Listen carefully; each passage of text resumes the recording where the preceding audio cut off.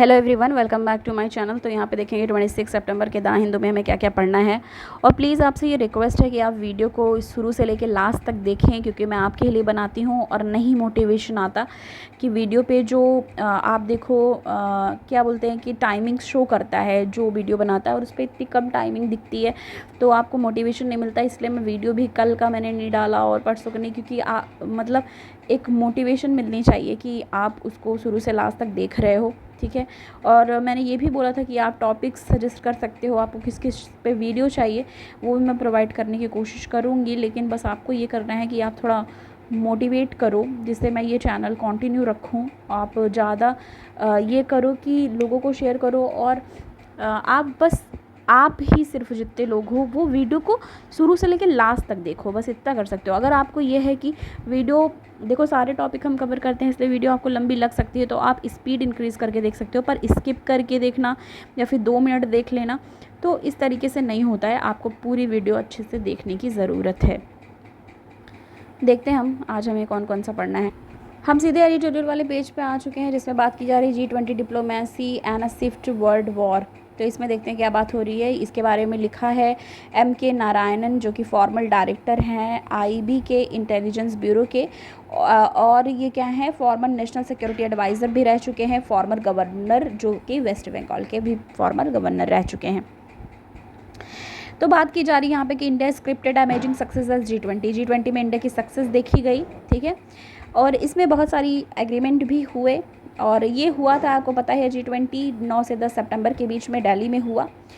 इसमें देखो एग्रीमेंट और ऑलमोस्ट 100 इश्यूज़ जो थे, एजेंडा जो थे, ये सारी चीज़ें देखी गई।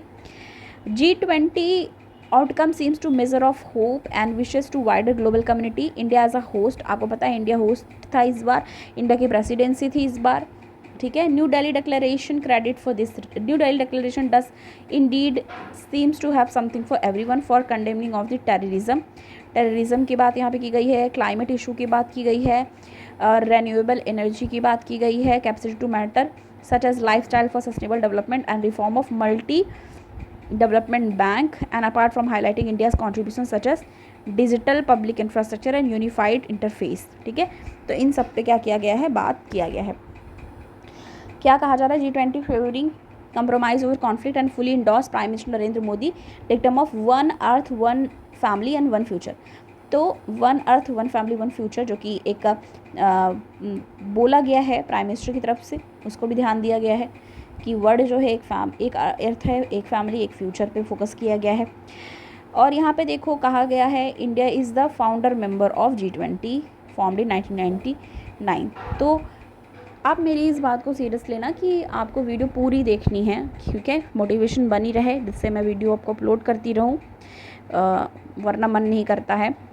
तो इसमें है कि फाउंडर मेंबर जो है G20 के इंडिया रहा है, ठीक है, फाउंडर मेंबर रहा है इंडिया। और ये फॉर्म कब हुआ, बनाया कब गया, 1999 में बनाया गया ये। और इसमें क्या बोला गया कि as a grouping of finance minister और central bank governor upgrading to summit level in 2008। तो अपग्रेड कब किया गया, 2008 में, यानी 2008 में किया गया। विच होस्टेड G20 मीटिंग इन 2002, और 2002 में होस्ट किया गया मीटिंग को। अब देखो बात की जाए, today India is the amongst leader whose word count. तो मतलब इंडिया बहुत सारे ऐसे मेंबर्स में आता है G20 जिसकी जो बातें हैं, जो वर्ड हैं, वो मैटर करती है। A better outcome could have been wished for Chinese perception need for caution. तो चाइना का परसेप्शन क्या है वो सब बात की गई है यहाँ पे। यहाँ पे और भी चीज़ें हैं जो डिस्कस हुई हैं। India middle east Europe economic corridor plan announce किया गया है G20 के दौरान, ठीक है। तो ये लाइन भी याद रखनी है कि इंडिया मिडिल ईस्ट, ये सब हालांकि हमने ऑलरेडी डिस्कस कर लिया है, जो कंटिन्यू देख रहे होंगे उनको पता होगा कि India middle east Europe economic corridor plan जो हुआ, जो अनाउंस किया गया G20 के दौरान, वो हमने देखा। China has sent N implicit warning that could not become a geopolitical tool. तो ये सारी चीज़ें हैं। साउथ कोरिया के जो प्रेसिडेंट हैं उन्होंने क्या बोला, for instant warn that world in the period of polycrisis encompasses geopolitical competition, inflation, ये सब की भी बात की गई है साउथ कोरिया के प्रेसिडेंट की तरफ से। India remained obvious target for China. आपको पता है इंडिया को हमेशा चाइना टारगेट करता रहता है, and it's crosshairs while the West are possibly live with the situation in which several of its strategy to continue China have failed, India cannot. ठीक है, तो ये सारी चीज़ें हैं, हमेशा कंपटीशन बनी रहती है. G20 has been changing recent year, change हुआ है. Contrast the role of G20 की बात की जा रही है. मेन फोकस देखा जाए G20 का तो ग्लोबल पॉलिटिकल कॉन्फ्लिक्ट पे है.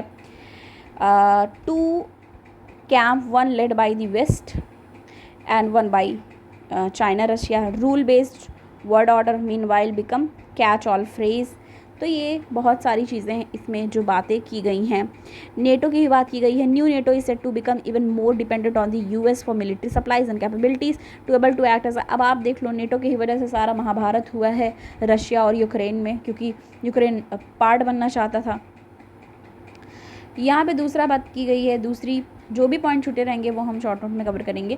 दूसरी बात की गई है चिल्ड्रन अ की येट मिस डेमोग्राफिक इन एआई रेगुलेशन. तो इसमें क्या कहा जा रहा है, India is a host of first ever global summit. India क्या है, होस्ट रहा, इंडिया होस्ट करेगी, टू होस्ट मतलब होस्ट करने वाली है ग्लोबल समिट एआई पे, आर्टिफिशियल इंटेलिजेंस पे, और ये अक्टूबर में ही होने वाला है. और ये GPAI global partnership on artificial intelligence, इसका भी क्या करने वाली है, इसको भी होस्ट करने वाली है. और ये कब करने वाली है, होस्ट दिसंबर में.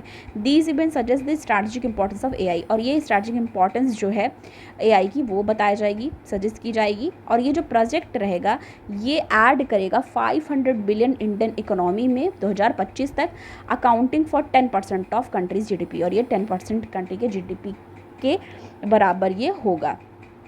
ओके अब रिसेंट क्या हुआ, प्राइम मिनिस्टर नरेंद्र मोदी ने क्या कहा कि global framework on the ethical expansion of AI को एक्सपेंशन की बात की जा रही है. और one area where India can assume leadership is how regulator add children and adolescents who are critical yet less understood demography in this context. और आपको पता है कि अभी जो चिल्ड्रन हैं या एडोलेसेंट हैं वो इतना नहीं समझते इन सब चीज़ों को. The nature of digital service means that many cutting edge AI deployment are not designed especially for children but are nevertheless accessed by them. तो मतलब बहुत सारी चीज़ें हैं जो चिल्ड्रन नहीं समझते, उनको मैनिपुलेट. अब डार्क पैटर्न की ही बात हमने जो करी थी, डार्क पैटर्न कि उसमें क्या करता है, डार्क पैटर्न में किस तरीके से कस्टमर को इन्फ्लुएंस करते हैं वो लोग जो ऑनलाइन शॉपिंग स्टोर्स वगैरह होते हैं या जो ऑनलाइन मार्केटिंग ये सब पे करते हैं. AI बेस्ड जो भी चीज़ें हैं उसकी बात यहाँ पे की जा रही है. The nature of digital service means that the cutting edge AI diplomatic और not design specially for the children even though they are accessed by them. मतलब चिल्ड्रंस देखते हैं पर जैसे ना कि उतना वो नहीं समझ सकते क्या चीज़ें.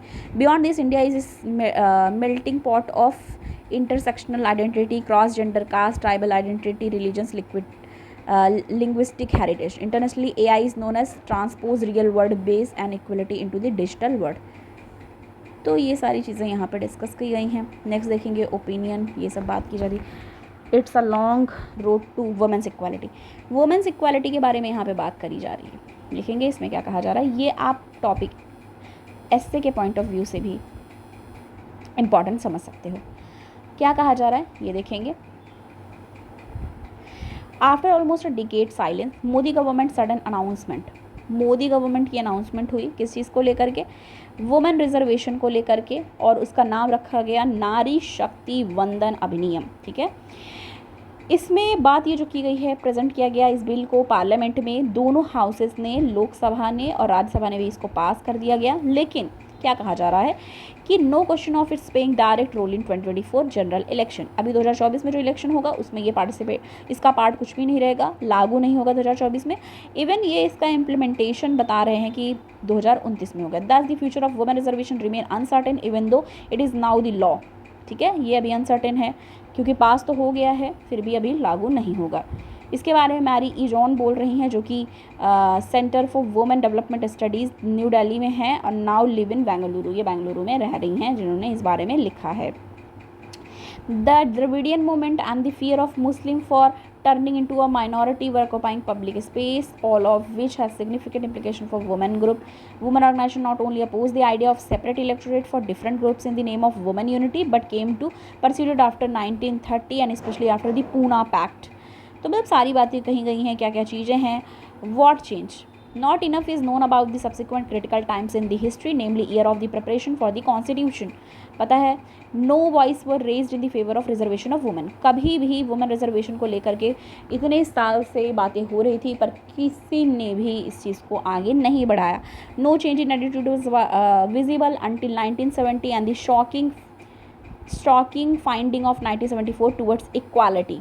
इक्वालिटी की बात की जाती थी पर मिलती नहीं थी. Report of the committee on the status of women in India which declared women were turning into a minority. अब देखा गया कि वुमेन माइनॉरिटीज़ में आने लगी. However, even this community opposed by the measure vote the idea that political reservation for women were needed to counter the appallingly low presence of women in electoral. अब आप देख लो क्यों ये बिल ज़रूरी था. लोकसभा में ही अगर औरतों की आप देखो संख्या देखो तो कितनी कम है. ठीक है. Rebirth of the women movement in late 1970 and 18, which was the first time of political campaign on issues such as custodial rape की बात, डाउरी डेथ. मतलब आप देखो ये लाइन इंपॉर्टेंट हो गई. ये सब हम अपने आंसर में लिख सकते हैं कि 1970-1980 में फर्स्ट टाइम ऐसा देखा गया पॉलिटिकल कैंपेन में. मतलब जो ये लोग कैंपेनिंग नहीं करते हैं कि आप जिता दो मुझे तो मैं क्या क्या करूँगा, और वो मैनिफेस्टो भी अलग होता है, कैंपेनिंग अलग होता है. कैंपेनिंग मतलब नारेबाजी और ये सब सारी चीज़ें कह सकते हो कैंपेन कर रहे हैं. तो इसमें पहली बार कस्टोडियल रेप और डाउरी डेथ के बारे में बात की गई. And also did not express concern over the absence of women in the state assembly और पार्लियामेंट. लेकिन उस समय भी ये एक्सप्रेस नहीं किया गया कि औरतें जो हैं वो अब्सेंस हैं, मतलब उनकी प्रेजेंस नहीं है असेंबली और पार्लियामेंट में. स्टेट असेंबली में भी नहीं है और पार्लियामेंट में भी नहीं है, क्योंकि होता नहीं कि पैट्रियार्की उनको लगा कि ज़रूरत ही नहीं है. हमेशा एक धारणा बनाई गई है कि औरतें जो होती हैं घर का काम करने में अच्छी हैं. ठीक है, शादी करें, बच्चे पैदा करें, घर का काम करें. वो डिसीज़न मेकिंग में उनको पहले शामिल नहीं किया जाता था, पर अब देश बदल रहा है, लोग मॉडर्नाइज हो रहे हैं. अब वो चीज़ें क्या करते हैं, डिस्कस करते हैं, जिसमें अब देखो औरतों के ही रूल बनाए जाते हैं, पर औरतों से ही कंसल्ट नहीं किया जाता कि आपको क्या लगता है इस बारे में. तो ये ज़रूरत है कि ज़्यादा से ज़्यादा अगर औरतें होंगी, ज़्यादा से ज़्यादा लेडीज़ होंगी. ठीक है, देखो दोनों ही इक्वल है. अब ये नहीं कि औरतों की संख्या इतनी ज़्यादा बढ़ा दो और आदमियों की एकदम कम कर दो. इससे भी क्या होगा, इससे भी प्रॉब्लम होगी. ठीक है, इक्वल रखो, समझ रहे हो, तो बात बनेगी. It is only in the 1990s that the change in orientation was visible through opinion different than two. मतलब क्या क्या चीज़ें हुई उसके बारे में यहाँ पे बात की जा रही है. क्या कहा जा रहा है आगे देखो. हाँ, पार्टी के बारे में हमें नहीं देखना कि समाजवादी पार्टी ने क्या किया, जनता दल ने क्या किया. हमें पार्टी के नाम नहीं लिखना है वहाँ पे. कॉल फॉर सब कोटा फॉर ओबीसी वुमेन. सब कोटा की बात की जा रही है ओबीसी वुमेन की. And Muslim women did not find many backers even in 2010 when the bill was passed. जब 2010 में बिल पास हुआ Rajya Sabha, there is a little appreciation of complex form of patriarchal exclusion take. तो मतलब क्या क्या हुआ, OBC women pitted against upper caste women did not find resonance. Today we are in the strange situation where everyone is in the favor of women reservation. ये क्या सब हैं favour में women reservation के? as thought patriarchy has disappeared. अब देखो एक चीज़ और कही जा रही है, कास्ट बेसिस, कास्ट हमेशा ला दी जाती है. जैसे वुमेन की बात हुई, तो अब यहाँ अगर औरतों की बात हो रही है, लेडीज़ की बात हो रही, तो सारी हो गई ना, वो चाहे किसी भी कास्ट से रिलेटेड हो. मैं न्यूज़ देख रही थी, उसमें मैंने क्या देखा कि वुमेन की बात की जा रही है. बेशक पैनलिस्ट बैठे हैं, सब डिस्कशन कर रहे हैं, उसमें भी कुछ लोग बात कर रहे हैं कि ओबीसी वुमेन को अलग से और रिजर्वेशन देनी चाहिए, एसटी एससी वुमेन को अलग से और रिजर्वेशन देनी चाहिए. तो आपको ये क्यों नहीं समझ में आता कि वुमेन्स मीन्स वुमेन्स, मतलब अगर औरतें लिखी गई हैं तो वो कास्ट नहीं है. कास्ट कहाँ से बिलोंग करती हैं औरतें, मतलब औरतें, सबको इक्वल ट्रीटमेंट आपको देने की ज़रूरत है. देखो अब बहुत ज़्यादा चेंज करने की ज़रूरत है. इसमें भी फिर से कास्ट पॉलिटिक्स जो है वो लाई जा रही है, चाहे वो हिंदू हो, मुस्लिम हो, ओबीसी हो, एससी एसटी हो, औरतें होनी चाहिए. सेम ट्रीट करने की ज़रूरत है, जो कि मेरा मानना है. आपकी क्या सोच है इस पर, आप मुझे कमेंट करके बता सकते हो. टेक्स्ट इन कॉन्टेक्स्ट पे बात करें, द कावेरी वाटर की बात की जा रही है. यहाँ पे देखेंगे क्या कहा जा रहा है कावेरी वाटर पे. ओके, आ जाएंगे. समरी यहाँ पे दी हुई है, इस पे देख लेते हैं. ऑन September 21 क्या कहा जा रहा है, Supreme Court asked Karnataka to continue releasing 500 cubic feet per second of water from Kaveri river to Tamil Nadu for 15 days. देखो तो सितंबर 21 को क्या बोला गया, सुप्रीम कोर्ट ने कहा, किससे कहा, कर्नाटका से, कि आप 500 क्यूबिक फीट पर सेकेंड जो पानी है, वाटर है, वो आप कहाँ पे आपको छोड़ने की ज़रूरत है, आपको रिलीज़ करने की ज़रूरत है। कावेरी वाटर से आपको, कावेरी रिवर से, कावेरी नदी से आपको तमिलनाडु में भेजना है 15 दिनों तक। Karnataka told Supreme Court, Karnataka क्या बताया सुप्रीम कोर्ट से, that daily flow of 5,000 cusec of water to Tamil Nadu was against interest, बोल रही है अगेंस्ट है। State specifically in urban area like Bengaluru was the brink of drinking water crisis, बोल रहे हैं क्योंकि वहाँ पे ड्रिंकिंग वाटर क्राइसिस हो रही हैं। Tamil Nadu in the need of water for at least 3 lakh acre over which short term crop Kuruvai has been raised already. They are report of the crop being a risk of withering in the many place. तो मतलब वहाँ पे जो crop है वो risk में है, पर ये ना स्टेट वाटर डिस्प्यूट के अंदर ये आएगा, जिसमें है ना कावेरी वाटर मैनेजमेंट अथॉरिटी, जिन्होंने सारी चीज़ें बोली हैं। तो इस पर हमने डिस्कस ऑलरेडी किया है, पर ये किस पे आता है आप देख लो, water dispute, state water dispute पे ये बेस्ड है। What is the finding of the NEP, what are the finding of parliament panel on NEP। NEP की बात यहाँ पे करेंगे, नेशनल एजुकेशन पॉलिसी की समरी में हम देखेंगे क्या बातें हो रही हैं। पार्लियामेंट स्टैंडिंग कमेटी एजुकेशन पे क्या बोल रही है, report during the special session जो पार्लियामेंट का रहा, उसमें बात की जा रही है implementation of national education policy 2020 in higher education, important, correct. तो नेशनल एजुकेशन पॉलिसी 2020 को अप्लाई करने की बात की जा रही है, इम्प्लीमेंट करने की बात की जा रही है हायर एजुकेशन में। 31 मेंबर पैनल है, try to discuss issue such as rigid separation of discipline की बात की जा रही है, limited access to higher education and eco and socio economic disadvantage की बात की जा रही है। The panel said that the Indian institution were likely to face several issue in implementing multi entry and multi exit MEME की बात की जा रही है। तो ये टोटल यही सब बात की जा रही है कि कैसे इम्प्लीमेंट करें ना, what is the issue discussed, recommendations क्या है, सारी चीज़ें यहाँ पे डिस्कस की जाती है। How about finding, what about the multiple entry, multiple exit programme, तो ये सब के बारे में यहाँ पे डिस्कशन हुई है। आगे आ जाएंगे तो यहाँ पे देख लो 100 birth of on September 26 cinema icon जो हैं उनके बारे में, जो कि हैं देव आनंद जी, तो उनके बारे में क्वेश्चन आंसरिंग टाइप यहाँ पे दिया हुआ है। Which legendary singer who crooned memorial for Dev Anand had his first Hindi solo in the Ziddi, ये वो सबका आंसर भी यहाँ पे इधर देखो दिया हुआ है। आगे देखेंगे यहाँ पे ये स्पोर्ट्स वाला आ गया है, 10 metre air rifle team make golden day for India, तो यहाँ पे ये इंडिया के लिए बहुत इंपॉर्टेंट हो जाता है। और ये किस चीज़ में इनको मिला है, एयर राइफल में, शूटिंग में यानी कि, ठीक है। आगे आएंगे, with 5 medal India rover make a splash, ठीक है, तो 5 मेडल्स मिल चुके हैं। आगे आ जाएंगे, देखेंगे आज साइंस वाला पेज ऐड हुआ है कि नहीं, स्पोर्ट्स के हैं ये सब, साइंस का ऐड हुआ है यहाँ पे। Newly minted NRF has chances to bridge India science society gap, तो साइंस सोसाइटी गैप को ये क्या करने की ज़रूरत बात की जा रही है, फिल करने की बात की जा रही है। Has a chances to bridge, मतलब ब्रिज करने की। NRF यानी कि नेशनल रिसर्च फाउंडेशन ने क्या किया है, new research finding agency that union cabinet ने रिसेंटली अप्रूव किया है, बजट ऑफ 50,000 करोड़ का, किसके लिए, over 5 year, and was set up to help boost research and innovation, research और इनोवेशन को बूस्ट करने के लिए ये यहाँ पे किया गया है, ठीक है। India by providing more funding, streamlining the research funding process, strengthening linkage between the academia, industry, society and government. Following the announcement there has been discussion among scientist के बारे में बात हुई है, kind of research that NRF should fund such that the outcomes are innovation solution for practical challenge. It is difficult task due to academic culture and mainly directed by the internal academic priorities. तो ये सब बातें हुई हैं, short note में हम discuss कर लेंगे, ठीक है। Humans have built with would for 4.7, ठीक है। तो यहाँ पे जो भी चीज़ें हैं हमारे उसको डिस्कस कर लेंगे। वीडियो बहुत ज़्यादा लंबी हो गई, तो ये हमारा लास्ट पेज था और जो भी छूटा होगा वो भी हम डिस्कस कर लेंगे।